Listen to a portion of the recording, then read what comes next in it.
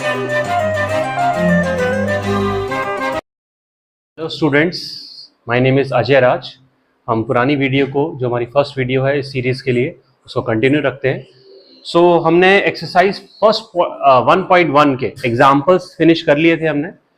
I hope आप लोगों को समझ में आया होगा। अगर नहीं समझ में आया होगा तो आप प्लीज़ मुझे कमेंट में बता सकते हैं, तो मैं उसको रिपीट वीडियो बना सकता हूँ उसके रिगार्डिंग, या कुछ भी रिलेटेड उससे, उसको पुरानी वीडियो को भी साथ में लेते चलते हुए पुराने टॉपिक को, कॉन्सेप्ट को चलना ही लेके पड़ेगा, क्योंकि हमारा एक्सरसाइज 1.1 स्टार्ट होने वाला है।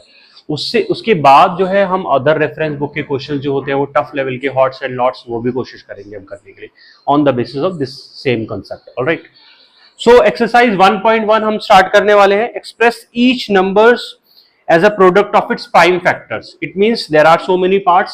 So the first question you will understand, this is exercise 1.1. Okay, 1.1 question number 1, first part. What is that?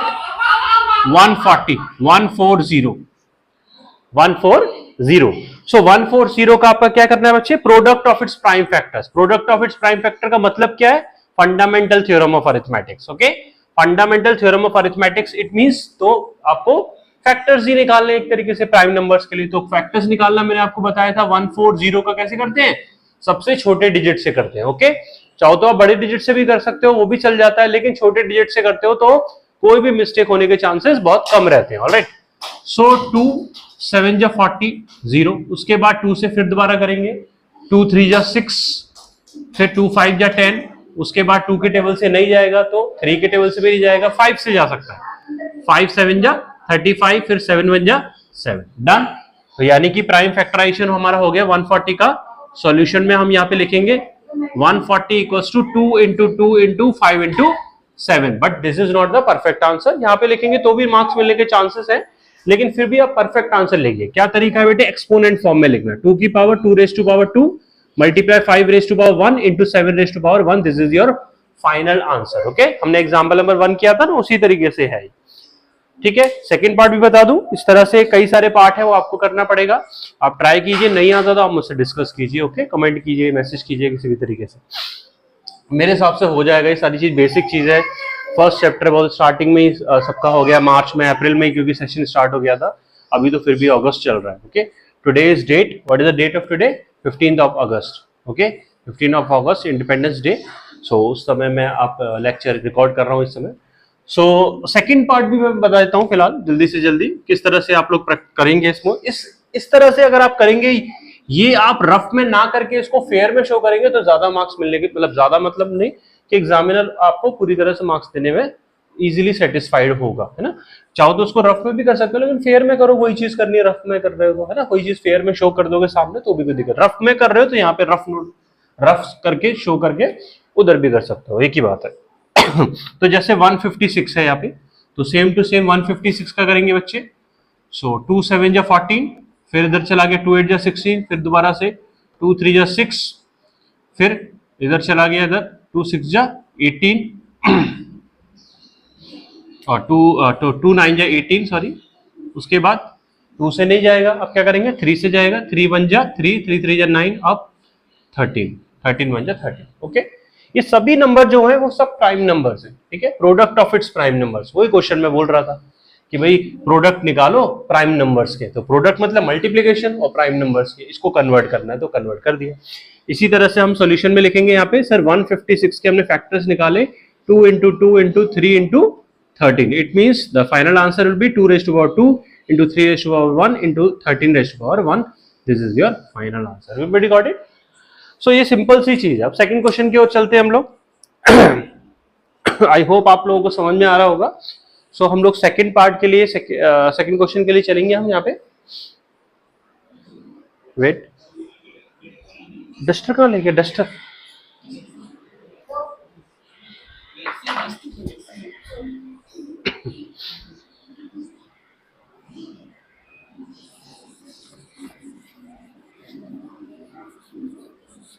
चाहो तो स्क्रीनशॉट ले सकते हो जो। अब आपको मैं सेकंड क्वेश्चन की तरफ जानकारी बताऊंगा कि सेकंड क्वेश्चन किस तरीके से करना है। सेकंड क्वेश्चन है, find the LCM and HCF of the following pairs of integer and verify the LCM into HCF equals to product of its numbers, okay, of the two numbers. So the question number second first part we need to find out 26 and 91 दो number है, इनके बीच में हमें LCM और HCF निकालना है, और LCM और एचसीएफ निकालने के बाद वेरिफिकेशन भी करना है कि भाई एलसीएम और एचसीएफ जो आपने निकाला है वो सही है कि नहीं सही है। कैसे वेरीफाई करोगे? कोई फॉर्मूला होता है कि नहीं, जैसे पॉलिनोमियल में वेरीफाई करते थे ना जीरोस को, इसी तरीके से यहाँ पे एलसीएम और एचसीएफ के लिए एक पर्टिकुलर जनरल सिंपल फॉर्मूला होता है, आपको पता होगा, नहीं पता होगा तो आप वीडियो में कंटिन्यू रहे, आपको पता लग जाएगा, ठीक है। सो सबसे पहले फैक्टर्स निकालने पड़ेंगे, तभी तो एलसीएम और एचसीएफ निकलेंगे। तो फैक्टर्स निकालेंगे या रफ में या फेयर में शो करेंगे। 26 का कितना होगा बेटे? 2 1 जा 2, 2 3 जा 6 और फिर 13 1 जा 30, ये होगा। इस तरह से 91 के भी आप फैक्टर कर सकते हैं। यहाँ पे 3 से जाएगा? नहीं जाएगा, है ना। 7 से जा सकता है ना, सो 7 1 जा 7, 2 इधर चला गया 21 हो गया, 7 3 जा 21, यानी कि 13 1 जा 30, ये हमने फैक्टर कर लिया। अब बचा क्या? हम तरीके से लिखेंगे, उसी बात के मार्क्स मिलेंगे आपको। आप जितना तरीके से आप लिखेंगे उसी तरीके के मार्क्स मिलेंगे आपको, ओके।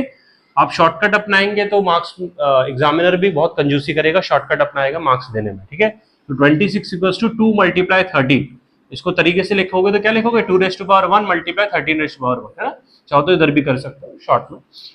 उस तरह से 91 का क्या बताया हमारा? 7 raise to power 1 into 13 raise to power 1। समझ में आया? फैक्टर सिंपल क्वेश्चन नंबर 1 में किया था, एग्जाम्पल नंबर 1 में किया था। अब एलसीएम और एचसीएफ जो मैंने एग्जाम्पल नंबर 2 में बताया था, एग्जाम्पल्स में बताया था, उसी तरीके से करना है। सबसे पहले एचसीएफ जो है निकालेंगे, चाहो तो एलसीएम में निकाल सकते हैं। एचसीएफ क्या होता है? एचसीएफ का फुल फॉर्म क्या होता है? Highest common factor. हाईएस्ट का ऑपोजिट क्या होता है? लीस्ट, मतलब लीस्ट एक्सपोनेंट वाला नंबर ढूंढना है हमने। अब यहाँ पर 2 रेज़ टू पावर 1 है, यहाँ पर 2 रेज़ टू पावर 0 है, मतलब कुछ भी नहीं है। लीस्ट वाला कौन सा है? 2 raise to power 0। 2 raise to power 0 चाहो तो लिख सकते हो या नहीं भी लिख सकते, क्योंकि उसकी वैल्यू 1 होती है और 1 का मल्टीप्लाई करते हैं तो उतनी वैल्यू आती है, तो इसका मतलब इतनी ज्यादा वैल्यू लिखने की जरूरत नहीं, चाहो तो लिख सकते हो। लीस्ट वाली पावर ले ले, तो लीस्ट वाली पावर कौन सी है? 7 रेज़ टू पावर 1, यहाँ पे 7 रेज़ टू पावर 0, तो 7 रेज़ टू पावर 0 लिखनी है। चाहो तो लिख सकते हो, चाहो तो स्किप भी कर सकते हो, जैसे मैंने पहले एग्जाम्पल्स में बताया था पुरानी वीडियो में। 13 raise to power 1, 13 raise to power 1, ये दोनों कॉमन है, दोनों की पावर 1 1 है, इसका मतलब कोई भी कम नहीं है कोई भी ज्यादा नहीं है, तो एक पावर ले सकते हैं हम, तो 13 रेज़ टू पावर 1। इसके अलावा कोई भी नंबर ऐसा नहीं है जिसकी लीस्ट पावर नहीं ली जा सकती, है ना, कोई भी नहीं है, तो यानी कि आपका आंसर कितना हो गया? 13 हो गया आंसर, एससी। इसी तरह से एलसीएम निकालेंगे। एलसीएम का फुल फॉर्म क्या होता है? Least common multiple. लीस्ट का ऑपोजिट क्या होता है? हाईएस्ट, मतलब हाईएस्ट एक्सपोनेंट वाला नंबर लेना है हमने। अब यहाँ पर 2 रेज़ टू पावर 1, यहाँ पे 2 रेज़ टू पावर 0, तो हाईएस्ट वाला कितना है? 2 रेज़ टू पावर 1, तो 2 रेज़ टू पावर 1। इसी तरह से यहाँ पर 7 रेज़ टू पावर 1, वहां पे 7 रेज़ टू पावर 0, इसका मतलब 7 रेज़ टू पावर 1 हमने कंसिडर करना है। इसी तरीके से 13 जो है दोनों में से कॉमन है, 13 जो है 1 टाइम ही है, एक्सपोनेंट 1 टाइम दोनों तरफ है, ना कोई ज्यादा है ना कोई कम है, तो इसका मतलब एक बार तो लेना ही होगा। क्लियर है बेटे? सभी नंबर लिख लिया। मल्टीप्लाई तो कर सकते हैं, मल्टीप्लाई करने से डर तो नहीं लगता किसी को? कई बच्चों के हाथ कांपते हैं, थोड़ी वीकनेस आ जाती है ना, एंग्जाइटी हो जाती है, इस तरह की चीज तो नहीं होती है ना। मल्टीप्लाई करना सबको आता है, इजीली कर सकते हैं, है कि नहीं। सो 2 रेज़ टू पावर 1 तरीके से भी कर सकते हो, स्टेप बाय स्टेप, या डायरेक्टली कर सकते हो, इट डजंट मैटर। 2 7 जा 14 और 14 मल्टीप्लाई 13 आप चाहो तो कर सकते हो यहाँ पे, है ना। सो 3 4 जा 12, 3 1 जा 3 और 4 और 1 2 8 1, तो कितना आ गया बच्चे? 182। This is your answer. इसके अलावा उसने वेरिफिकेशन भी पूछा है, तो वेरिफिकेशन के लिए एक फॉर्मूला होता है। कौन सा फॉर्मूला होता है? मैं इसको मल्टीप्लिकेशन को इरेज कर देता हूँ, आप चाहो तो इसको स्क्रीनशॉट ले सकते हो। देखो मल्टीप्लाई ठीक किया हमने, 3 4 जा 12, 4 और 1, ठीक है। अब जो है मैं आपको एलसीएम जो वेरिफिकेशन है, ठीक है, एलसीएम और एचसीएफ आप किसी भी बड़े नंबर का, कितने भी नंबर हो, आप एलसीएम और एचसीएफ इस तरह से निकाल सकते हो, कभी भी आपकी मिस्टेक नहीं होगी। याद रखना आपने एक्सपोनेंट देखने हैं कम वाले और ज्यादा वाले, ठीक है। लीस्ट अगर एलसीएम निकालना है तो ज्यादा एक्सपोनेंट वाला देखना है, अगर एचसीएफ निकालना है तो कम वाला देखना है, इतनी सी बात, ठीक है। अब वेरिफिकेशन आप कैसे लिखोगे? यहाँ पे लिखोगे वेरिफिकेशन। क्वेश्चन में ही फॉर्मूला दिया हुआ है, चाहो तो वो यूज कर सकते हो, चाहो तो वो याद भी कर सकते हो, उसको यूज करना। यानी कि फॉर्मूला होता है LCM into HCF equals to A into B, यानी कि दो नंबरों का प्रोडक्ट जो है वो एलसीएम है। आपने देखा होगा, सुना होगा इस फॉर्मूले के बारे में। तो एलसीएम हमने निकाला हुआ है, एलसीएम कितना बच्चे? 182, 182 लिख लिया। मल्टीप्लाई एचसीएफ कितना है बच्चे? एचसीएफ है 13 लिख लिया। उसके बाद ए मतलब कोई एक नंबर कितना है? 26 है या 91 है, 26 मल्टीप्लाई 91, ठीक है। कई बच्चे क्या करते हैं, इसका मल्टीप्लाई करते हैं, वो लिखते हैं यहाँ पे इसका मल्टीप्लाई करते हैं, वो लिखते हैं, दोनों को बराबर प्रूव करते हैं, वो भी बात सही है। लेकिन मल्टीप्लाई करना जरूरी है क्या? प्रूव करना है हमें, left hand side right hand side के बराबर होनी चाहिए, जरूरी है मल्टीप्लाई करना। क्यों मिस्टेक करें? मल्टीप्लाई करने पर कई बार मिस्टेक भी हो जाती है। चाहो तो डरना नहीं, मल्टीप्लाई कर भी सकते हो आप, लेकिन शॉर्टकट अपने स्मार्टेस्ट तरीका अपनाना है हमें। तो कुछ भी कटिंग करके कटिंग कर लो, जरूरी है मल्टीप्लाई करना। देखो आप सीधा सीधा कर सकते हो, 13 के टेबल में 91 आता है, 13 3 या 13 के टेबल में 91 आता है कि नहीं?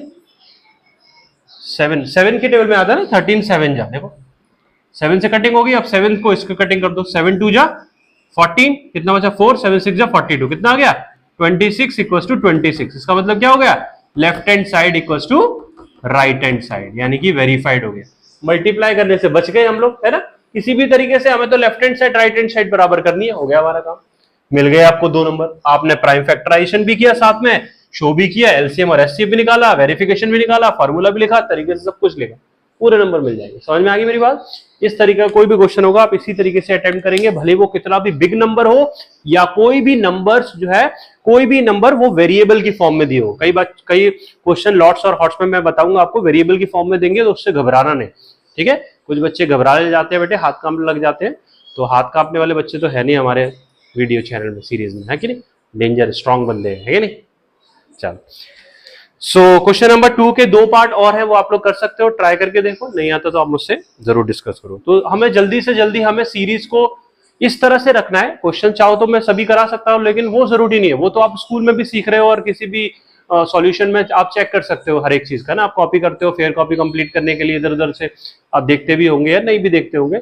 कहने का मतलब हमारा टारगेट है इस वीडियो के लिए, सीरीज के लिए, कि हमें 10th क्लास के लिए हर चैप्टर का जो है इजी लेवल और टफ लेवल जो है वो दोनों तैयार करना है, जो कि मैंने फर्स्ट वीडियो में आपसे शेयर किया था। तो टफ लेवल और इजी लेवल कैसे होगा? एनसीईआरटी भी देखनी है हमने, पूरा कंसेप्ट, और अदर रेफरेंस बुक के क्वेश्चंस भी देखने हैं। एक्चुअली आते क्या है, क्योंकि एनसीईआरटी तैयार तो कर लेते हैं, लेकिन क्वेश्चन कुछ और ही होते हैं। वो मैथ्स के क्वेश्चन पेपर में, बोर्ड में, या फिर स्कूल के हाफ ईयरली एग्जाम में, या फाइनल एग्जाम, प्री बोर्ड में खास तौर पर। तो उस तरह से लेवल आपकी तैयारी रखनी है आपको, ठीक है बच्चे। सो अब स्टार्ट करते हैं क्वेश्चन नंबर 3 पे। जल्दी से जल्दी एनसीईआरटी फिनिश करके इसी से रिलेटेड हम चैप्टर में जो भी रहेंगे क्वेश्चन अलग अलग बुक में, वो क्वेश्चन आपको बताएंगे, ठीक है। क्वेश्चन नंबर 3 करते हैं, ठीक है बेटे। इरेज कर लेता हूं पहले, अच्छा हो तो स्क्रीनशॉट ले सकते हो उसका।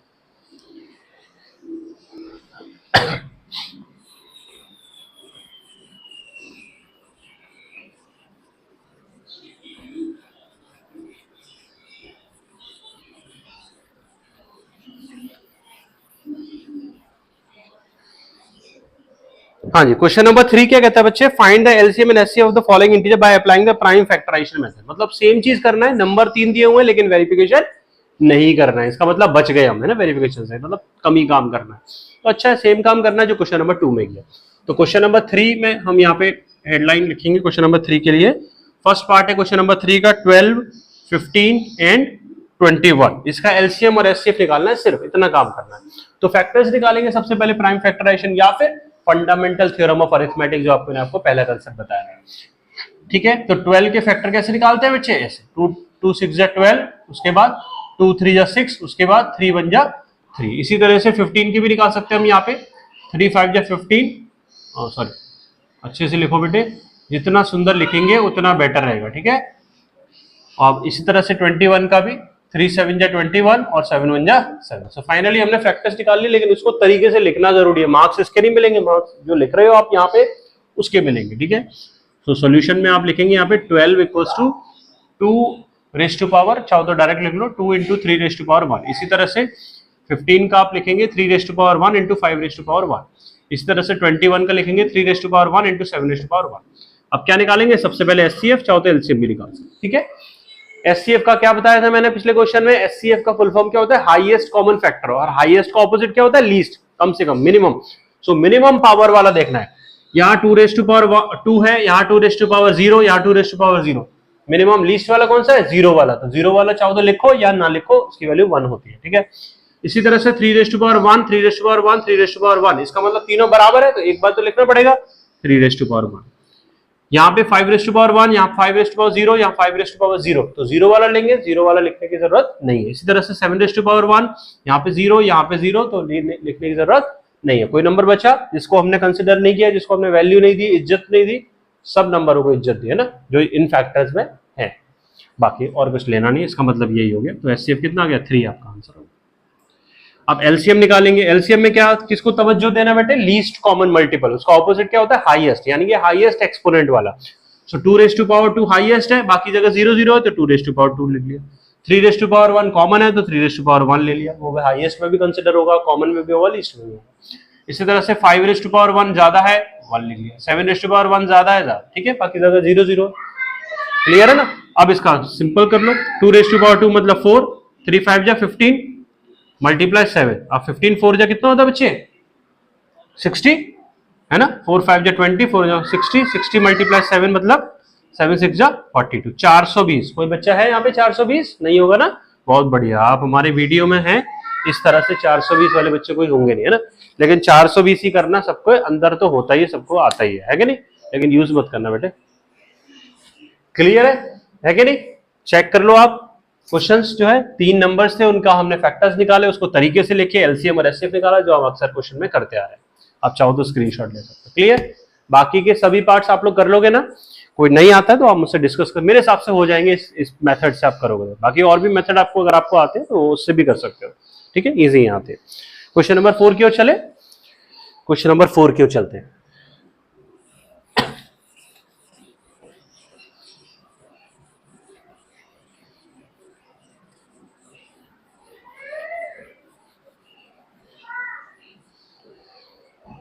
सो क्वेश्चन नंबर 4 कहता है given that HCF equals to 9, यानी कि एचसीएफ ऑलरेडी दिया हुआ है 2 नंबर्स का, एलसीएम पूछा हुआ है। सर एचसीएफ ऑलरेडी दिया हुआ है, इसका मतलब प्राइम फैक्टर्स निकालने की जरूरत है कि नहीं है। अगर 2 नंबर दिए हुए हैं, 2 नंबर पता है, और प्राइम फैक्टर्स मतलब निकालने कि नहीं निकालने जरूरी है कि नहीं, अगर 2 नंबर है तो चाहो तो प्राइम फैक्टर्स निकाल सकते हो। अगर 2 नंबर वो नहीं है, जिन नंबरों के प्राइम फैक्टर्स निकालने हैं वो नंबर ही नहीं है हमारे पास किसी क्वेश्चन में, तो नहीं निकाल सकते, ऑब्वियसली बात है। जब है तो निकाल सकते हो, या फिर एक और अल्टरनेट मेथड होता है, फॉर्मूला होता है, जो हमने वेरिफिकेशन में यूज किया था, वो ये फॉर्मूला हम यूज कर सकते हैं। चलो क्वेश्चन नंबर 4 तो बेटे इसका कोई पार्ट नहीं है, सिंगल क्वेश्चन है। तो एचसीएफ इज गिवन, एचसीएफ किसका दिया हुआ बच्चे 306,657, इसका दिया हुआ है 9 एचसीएफ दिया हुआ है। एलसीएम पूछा हुआ है, क्या पूछा हुआ है, एलसीएम पूछा हुआ, तो हम फॉर्मूला भी लगा सकते हैं, चाहो तो हम फैक्टर्स के जरिए इसका एलसीएम भी निकाल सकते हैं, जो हमने पुराने क्वेश्चन में या प्रीवियस क्वेश्चन में किया हुआ है। ठीक है बच्चे, आप फॉर्मूला लगा सकते हो, आप सॉल्यूशन में लिखो यूज फॉर्मूला, और आप लिख सकते हो यूज फॉर्मूला की जगह आप लिख सकते हो और we know that, what is that, we know that. Okay, we know that आप लिखोगे LCM multiply HCF equals to A into B. What is the LCM, we don't know, what is the HCF, we know that is already given 9। What is the value of A? Like what is the first number? First number, yes, 2 numbers are given. 306 is number. उसके बाद B 657. Okay, अब जो बच्चा cutting में होशियार है, cutting मतलब hair cutting नहीं, जो डिवीजन डिवाइड करने में जो होशियार है वो कर सकता है बच्चे, है कि नहीं। अब एलसीएम निकालना है, तो एलसीएम निकालने के लिए हमें ये 9 हटाना पड़ेगा। 9 मल्टीप्लाई में, मल्टीप्लाई वाली चीज भाग के कहां पर जाती है, हमेशा डिवाइड में जाती है, ठीक है, और डिवाइड वाली मल्टीप्लाई में, और प्लस वाली माइनस में, और माइनस वाली प्लस में। ओके, कोई भी चीज लेफ्ट हैंड साइड या एक साइड से दूसरी साइड जाती है तो वो उनका रूल होता है, मल्टीप्लाई वाली चीज अगर है तो वो डिवाइड में जाती है, डिवाइड वाली मल्टीप्लाई, सारी चीज पता होगी आपको, ठीक है। सो 306 मल्टीप्लाई 657 डिवाइडेड बाय 9, कटिंग कर सकते हैं हम लोग यहाँ पे। सो 9 3 जा 27, 3 हाँ कटिंग हो जाएगी, 9 1 जा 9, 9 3 जा 27 है ना, 3 हो गया 36 बन गया, 9 4 जा 36, क्या बचा हमारे पास 34 मल्टीप्लाई 657। अब मल्टीप्लाई करना तो आता है, तो करना ही पड़ेगा मल्टीप्लाई, इसके अलावा हमारे पास चारा नहीं है, तो मल्टीप्लाई अभी शो कर दो, रफ पे कर दो या शो भी कर सकते हो। 657 मल्टीप्लाई 34, कैसे मल्टीप्लाई करेंगे आपको आता ही है, 4 7 जा 28, 4 5 जा 20, 22, 4 6 जा 24, 24 और 2 26। इसी तरह से यहाँ पे 3 7 जा 21, 3 5 जा 15 और 1 16, 3 6 जा 18 और 1 19, ठीक है। 8 हो गया, 3 हो गया, 12 हो गया, और ये क्या था 19 था, है ना, 9 और 2 11 12, और कितना आ गया 2238 आपका फाइनल आंसर आ गया, यही पूछा हुआ। क्लियर है बच्चों, आप स्क्रीनशॉट ले सकते हैं इस चीज का, मेरे हिसाब से आपको समझ में आ रहे होंगे, कॉन्फिडेंट आ रहा होगा। इसी से रिलेटेड जो टफ लेवल के क्वेश्चन थोड़ी देर बाद आने वाले हैं, क्योंकि हमें चैप्टर फिनिश करना जरूरी है, सिर्फ 2 एक्सरसाइज है इसमें, ये एक्सरसाइज खत्म होने वाली है, फिर सेकंड एक्सरसाइज है, ठीक है। एनसीईआरटी भी क्लियर हो रही है आपको साथ साथ में, और लॉट्स और हॉट्स और क्वेश्चन पेपर में जो आए पिछले साल बोर्ड में, प्रीवियस ईयर क्वेश्चन पेपर, वो भी क्वेश्चंस जो है चैप्टर वाइज मैं शेयर करूंगा और सॉल्व करूंगा और आपको कॉन्फिडेंट दूंगा कि आप भी वो क्वेश्चन सॉल्व कर सकते हो।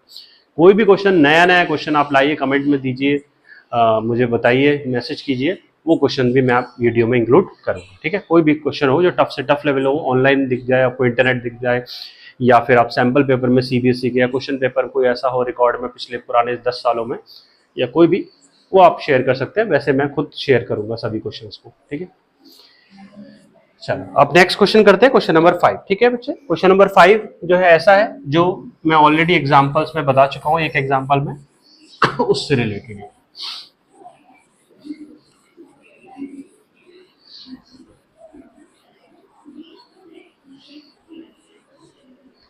सो क्वेश्चन नंबर 5 करने जा रहे हैं, check whether 6 raise to power n can end with the digit 0 for any natural number. इस तरह से किया था हमने 4 रेज़ टू पावर n वाला एग्जांपल, याद है हमें? तो क्या करेंगे बच्चे, एग्जांपल सॉरी क्वेश्चन नंबर 5 ना, question number 5 6 raise to power n। मैंने क्या बताया था, हमेशा जो भी नंबर दिया हुआ है जिसकी power raise to power n दिया हुई है, उस नंबर का फैक्टर निकालो पहले। तो फैक्टर क्या होता है सर, 6 का फैक्टर तो 2 into 3 होता है कि नहीं? तो आप लिख सकते हो सर, इसको लिख सकते हैं हम 2 × 3 रेज़ टू पावर n। अब 0 एंड पर होगा, कैसे पता लगेगा सर? n की वैल्यू 1 रखो, n की वैल्यू 2 रखो, n की वैल्यू 3 रखो, 4 5 कब तक रखें और चेक करें कि भाई लास्ट में 0 आ रहा है कि नहीं आ रहा है? ये तो मेथड नहीं है, ऐसे तो नहीं चेक कर सकते। तो इसका एक मेथड होता है कि भाई 0 किस में आता है सर? 10 में आता है, ऑब्वियस सी बात है ना? 20 में आता है, तो 10 में फैक्टर और 20 में फैक्टर, 30 में फैक्टर क्या होते हैं? फैक्टर क्या होता है? 2 into 5, जो मैंने एग्जाम्पल में फर्स्ट वीडियो में मैंने बताया। आप चाहो तो उस चीज को समझ सकते हो, उस कॉन्सेप्ट को। ओके, फर्स्ट वीडियो आप चेक कर लो, इसमें वो एग्जांपल में मैंने क्लियर किया हुआ। सो 2 और 5 ये जो फैक्टर्स हैं वो कॉमन है हर एक नंबर में, जिस नंबर में लास्ट में 0 आता है। आप चेक कर लें, ये 2 और 5 कॉमन है, और भी नंबर कॉमन हो सकते हैं, लेकिन ये सबसे ज्यादा कॉमन है, हर एक नंबर में ये कॉमन ही, मोस्ट कॉमन है। तो हमें 2 और 5 देखना है। इसमें 2 तो है लेकिन 5 नहीं है, इसका मतलब हम क्या लिखेंगे 5, और हम लिख सकते हैं as observed above prime factors of 6 raised to power n, there is no number 5 in the prime factors. Okay, prime factors. So that is why 6 raised to power n cannot end with digit 0, hence that's it।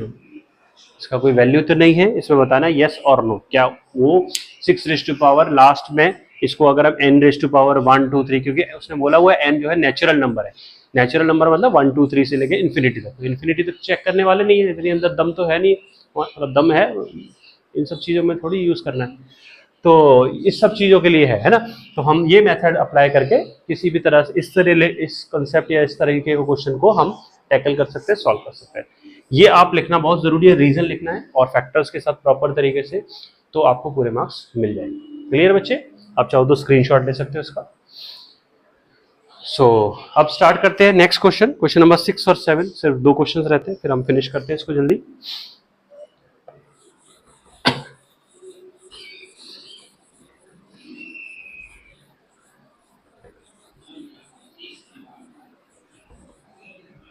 हाँ जी, question number 6 कहता है explain why this number are composite number. ये थोड़ा unique है, बहुत simple है। Question number 7, okay, 7 multiply 11 multiply 13 plus 13 and another number is also there. हमें बताना है कि भाई ये कॉम्पोजिट नंबर है तो क्यों है। This number is composite number. Composite number होता क्या है सर? ये 6th 7th 8th क्लास में 9th क्लास में बच्चों को पढ़ाया जाता है या सीखा जाता है। कई बच्चों को आता भी है, कुछ बच्चों को नहीं भी आता है। 10th क्लास में भी आके 11th क्लास में नहीं आता, कोई बात नहीं, भूल जाते छोटे में, तो मैं बताया था उसमें, मेरा काम है बताना। सो कॉम्पोजिट नंबर, कॉम्पोजिट आपने सुना होगा कंपोजिशन, है ना? म्यूजिक इंडस्ट्री में लोग म्यूजिक डायरेक्टर करते हैं ना, कंपोज करना। कंपोज मतलब काफी 2-4 चीजों को मिक्स करके बनाना, उसी का मतलब है कॉम्पोजिट नंबर। दो या दो से ज्यादा नंबर अगर किसी भी नंबर के प्राइम फैक्टर्स में होते हैं तो वो कॉम्पोजिट नंबर, यानी कि कोई ऐसा नंबर जो दो या दो से ज्यादा नंबर से डिवाइड होता हो वो कॉम्पोजिट नंबर है। सीधी सी बात है, दो या दो से नंबर से डिवाइड हो रहा है वो कॉम्पोजिट नंबर है। तो इसको कैसे एक्सप्लेन करेंगे, तो हम लिखेंगे यहाँ पे, कैसे सॉल्व करेंगे, मार्क्स कैसे मिलेंगे सर अगर इस तरह क्वेश्चन आएगा, दैट इज इंपॉर्टेंट। ओके, किस तरीके से लिखना है आपको, दैट इज इंपॉर्टेंट। ठीक है, सबसे पहली बात 13 कॉमन आ सकता है, दोनों में दो टर्म्स है, 13 कॉमन आ सकता है।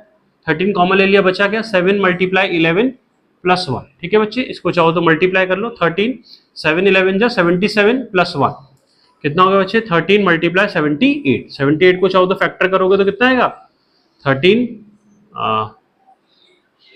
36 है ना, 6 3 जा 18 ना, 13 इंटू 6 यानी कि 2 इंटू 3, इस तरह से कर सकते हैं। चाहो तो 78 की फैक्टर कर लो यहाँ पे, 2 3 जा 6, ठीक है, 2 9 जा 18, हम पहले भी कर चुके 78 के, 3 1 जा 3, 3 3 जा 9 फिर 13। ठीक है, सही लिखा है हमने, 2 इंटू 3 इंटू 13। ठीक है, 13 पहले से था। इसका मतलब ये जो फैक्टर्स है और या फिर ये नंबर, इसको मल्टीप्लाई करके भी लिख सकते हो आप चाहो तो, बात एक ही है। इस फैक्टर्स को या फिर ये पूरा नंबर जो है इसी को सॉल्व करके सिंप्लीफाई करके ये आया, तो कहने का मतलब हम कह सकते हैं कि सर ये जो नंबर है उसको मैं अगर 13 से डिवाइड करूं तो भी पूरी तरह से डिविजिबल है, 2 से डिवाइड करूं तो भी पूरी तरह डिविजिबल है, 3 से डिवाइड करूं तो भी डिविजिबल है, और 1 से डिवाइड करूं तो भी डिविजिबल है। 1 इतना ज्यादा कंसिडर नहीं करते, लेकिन 1 को छोड़ भी दे तो भी 3 नंबर यहां पर ऐसे हैं जिससे ये पूरा का पूरा नंबर डिविजिबल इजीली हो जाएगा, यानी कि 2 से ज्यादा हो गया, इसका मतलब कॉम्पोजिट हो गया। So that's why we will write here above prime factors we can see three numbers are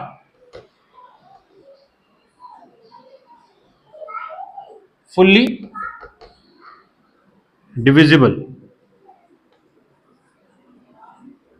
that's why, चाहो तो कॉम्पोजिट नंबर की आप डेफिनेशन भी यहाँ पे लिख सकते हो, that's why that number is composite number. उसने रीजन ही पूछा था, दैट वाई कॉम्पोजिट नंबर आपको मिल गया, पूरे हैंड्स प्रूफ मिल गए मार्क्स। आप चाहो तो स्क्रीनशॉट ले सकते हो। क्लियर है बच्चे, आपको समझ में आना चाहिए, है ना, कंसेप्ट क्लियर होना चाहिए, कोई भी चीज रटनी नहीं है आपने, ठीक है ना। कॉम्पोजिट नंबर क्या होता है बेटे, दो या दो से ज्यादा नंबर से डिवाइड होना हो, बस सिंप्लीफाई करो, आपकी बात अगर प्रूव होती है बात खत्म होती है, वहीं पे रीजन के साथ आपने लिख देना है, बस आपको मार्क्स मिलेगा। लेकिन रीजन लिखना बहुत जरूरी है, रीजन नहीं लिखोगे तो आपको मार्क्स नहीं मिलेगा, लगेगा एग्जामिनर को चीटिंग की है और मार्क्स में कंजूसी मिल सकती है। तो इसलिए प्रॉपर तरीके से लिखोगे तो मार्क्स में कंजूसी नहीं मिलेगी आपको। अगर आप सॉल्यूशन में कंजूसी करोगे तो मार्क्स में भी कंजूसी मिलेगी, सीधी बात है। ठीक है, तो तरीके से लिखो, जितना जरूरी हो उतना लिखो, जितना एक्स्ट्रा भी नहीं लिखना, जो जरूरी आइटम है वही लिखा। ठीक है, क्लियर है बच्चे, छोटा ही लिखा हुआ सोल्यूशन। चलो अब लास्ट क्वेश्चन करते हैं।